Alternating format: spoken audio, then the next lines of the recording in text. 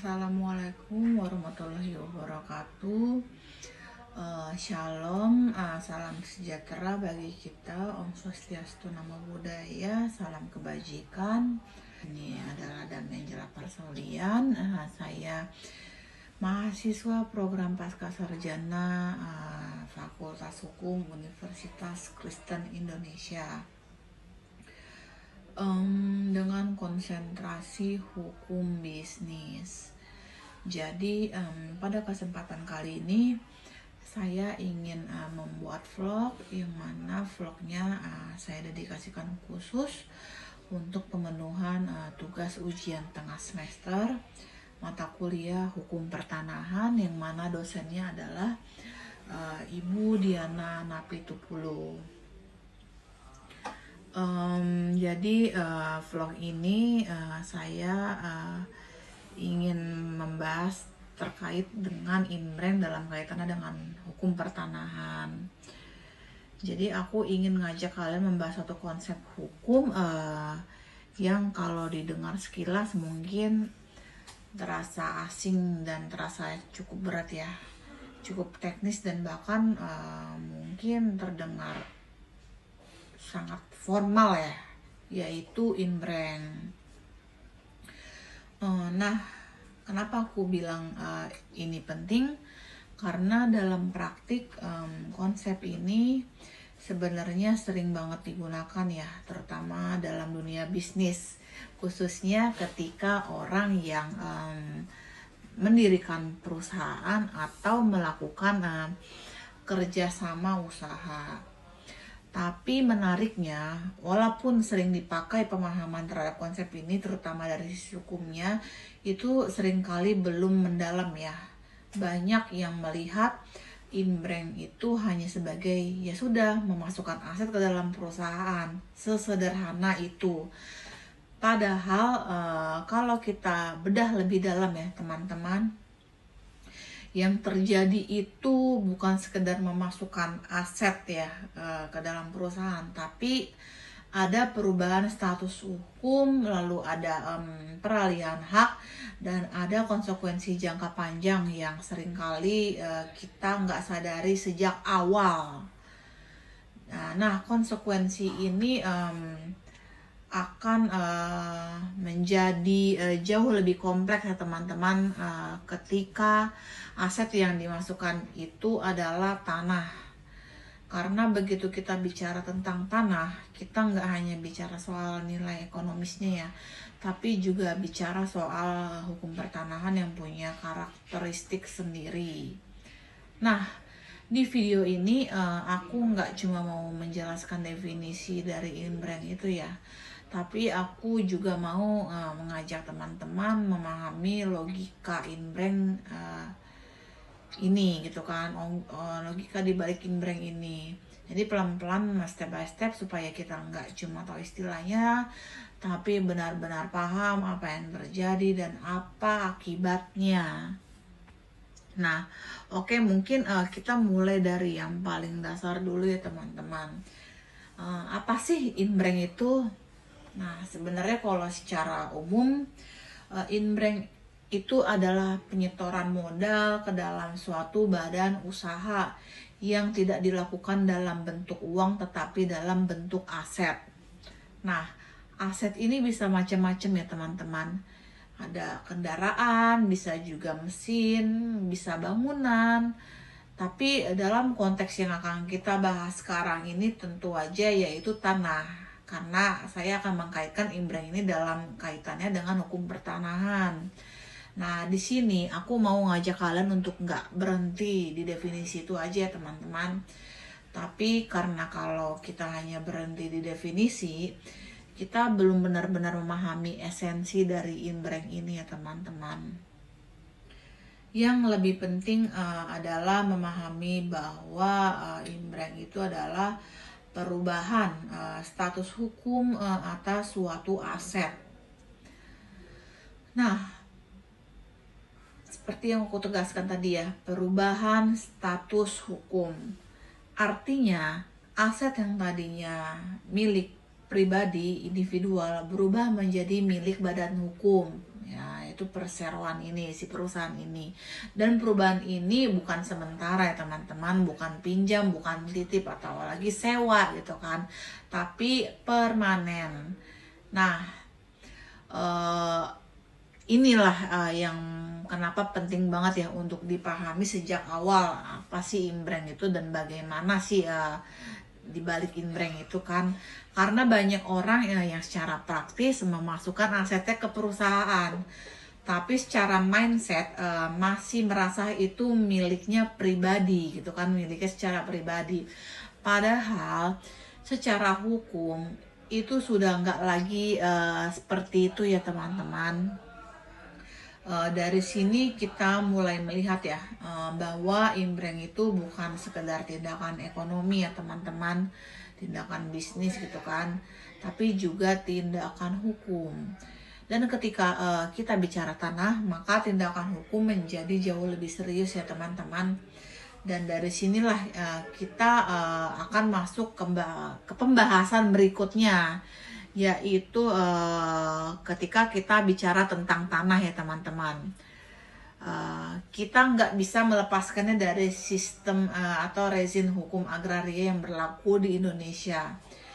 Dan di sini kita merujuk pada Undang-Undang Pokok Agraria, atau mungkin kita akan menyingkatnya UPA ya teman-teman. Nah, di dalam UPA ini tanah itu nggak diperlakukan sebagai benda biasa ya teman-teman. Tanah itu punya dimensi sosial, punya fungsi sosial, dan berada dalam kerangka penguasaan negara. Nah, artinya hak atas tanah itu nggak absolut ya teman-teman, tapi bisa diperlakukan sesuka hati gitu kan. Ada aturan, ada batasan, dan ada mekanisme tertentu, terutama ketika hak tersebut dialihkan nih. Nah, ketika tanah dijadikan imbreng, yang sebenarnya terjadi itu adalah peralihan hak atas tanah ya teman-teman. Ini menjadi poin yang sangat penting ya teman-teman, karena begitu kita bicara peralihan hak, maka kita tidak bisa hanya mengandalkan kesepakatan ya teman-teman. Nggak cukup cuma dengan sepakat ya kita gitu kan. Harus ada mekanisme hukum yang dipenuhi. Dan ini nih yang sering kali nggak kita sadari ya teman-teman. Disinilah sekarang kita mungkin akan masuk ke proses dari imbreng ini ya teman-teman. Dan di sini aku cuman mau kita bisa benar-benar mengikuti alurnya teman-teman, karena setiap tahap punya makna hukum. Jadi dalam prosesnya itu ada tahap pertama ya teman-teman, yaitu adalah kesepakatan. Tapi bukan sekedar sepakat, melainkan harus jelas tanah apa, nilainya berapa, status hukumnya bagaimana gitu kan teman-teman. Kenapa hal ini menjadi penting ya teman-teman? Karena di awal harus sudah clear ya teman-teman. Kalau dari awal itu sudah nggak jelas, maka masalah hukum itu tuh bisa muncul tuh tiba-tiba di belakang gitu teman-teman, sewaktu-waktu. Lalu itu ada tahap kedua ya teman-teman. Tahap kedua adalah pembuatan akta oleh PPAT, atau kita kenalnya pejabat pembuat akta tanah ya teman-teman. Di sini PPAT itu bukan sekedar formalitas ya teman-teman. Jadi mereka itu memastikan bahwa peralihan hak dilakukan sesuai hukum. Dia akan cek nih si PPAT ini legalitas sertifikat, lalu identitas para pihak, dan kondisi tanahnya gitu teman-teman. Lalu di tahap ketiga itu ada pendaftaran ya teman-teman. Ini sering dianggap sepele nih tahap ini, tapi sebenarnya krusial ya teman-teman. Karena dalam sistem kita, hak atas tanah memperoleh kepastian hukum melalui pendaftaran. Hal ini diatur dalam Peraturan Pemerintah Nomor 24 Tahun 1997 tentang pendaftaran tanah. Jadi tanpa pendaftaran ini posisinya belum cukup kuat ya teman-teman dari segi kepastian hukum. Nah, dan setelah didaftarkan, barulah sertifikat berubah, sertifikat terbit. Dan di titik inilah ya teman-teman, peralihan hak ini dianggap selesai gitu kan teman-teman. Nah, lalu mungkin kita masuk ke implikasinya teman-teman. Ini menjadi bagian yang uh, juga cukup sering diremehkan nih teman-teman.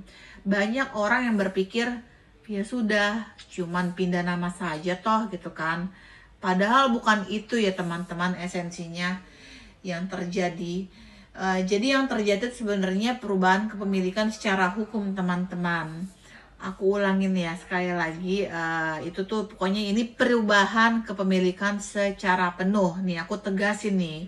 Kenapa aku tegasin? Ya karena ini memang poin pentingnya. Nah artinya apa? Artinya tanah itu bukan lagi milik individu tapi menjadi milik perusahaan. Nah, dan ini membawa konsekuensi ya teman-teman. Konsekuensinya itu kehilangan kontrol langsung, masuk ke risiko perusahaan, dan tidak bisa ditarik kembali dengan secara mudah gitu teman-teman. Dan ini seringkali baru disadari ya teman-teman ketika masalah udah timbul nih, ketika masalah udah terjadi di belakang seperti yang aku jelaskan tadi kan teman-teman. Kalau kita nggak mengetahui lebih awal nih bagaimana inbrand dan prosesnya, implikasinya gimana gitu teman-teman. Nah dalam praktiknya banyak banget ya teman-teman kasus di mana inbrand ini dilakukan tanpa pemahaman yang belum cukup baik ya teman-teman, belum cukup detail. Misalnya nih, tanah belum clear and clear, masih dalam sengketa atau bahkan dokumen mbak lengkap ya teman-teman gitu kan. Nah, ketika itu dimasukkan ke perusahaan, masalahnya itu nggak hilang teman-teman, justru ikut masuk dan menjadi lebih kompleks teman-teman. Nah, bayangkan situasi ini nih teman-teman. Ada pemilik tanah, lalu ada juga investor. Mereka sepakat mendirikan perusahaan. Nah, pemilik tanah ini memasukkan tanah sebagai inbrand teman-teman. Investor memasukkan uang.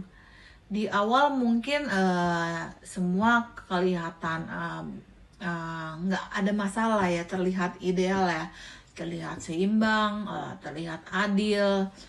Padahal di kemudiannya perusahaan mengalami masalah teman-teman di belakang, dan disitulah konflik mulai muncul.